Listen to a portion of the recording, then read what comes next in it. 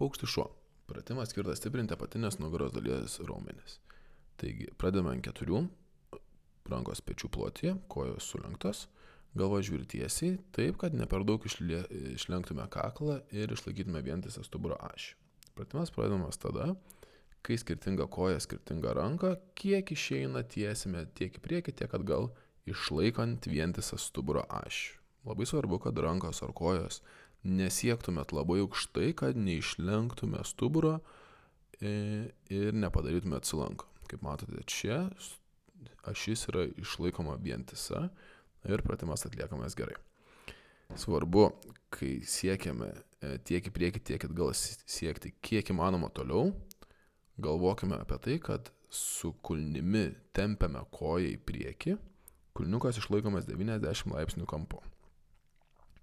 Jeigu matote, kad pratimas yra lengvai padaromas, jį pasunkinti galime pilnai ištiesiant, ir tuomet liečiant kelią su alkūne, taip įtempdami pilvo preso raumenis ir grįžtant atgal į poziciją. Dar kartelį pilnai įsitempiam, kulniukas veda ir skirtingą kelią, skirtingą alkūnę suglaudžiame, įtempiant kartu presą. Ir vėl išsitęsiam. Taip kartuojant, ženkliai sustiprinsite ir apatinės nugaros dalies ir pilvo preso raumenis, taip pat pagerinsite stuburo mobilumą.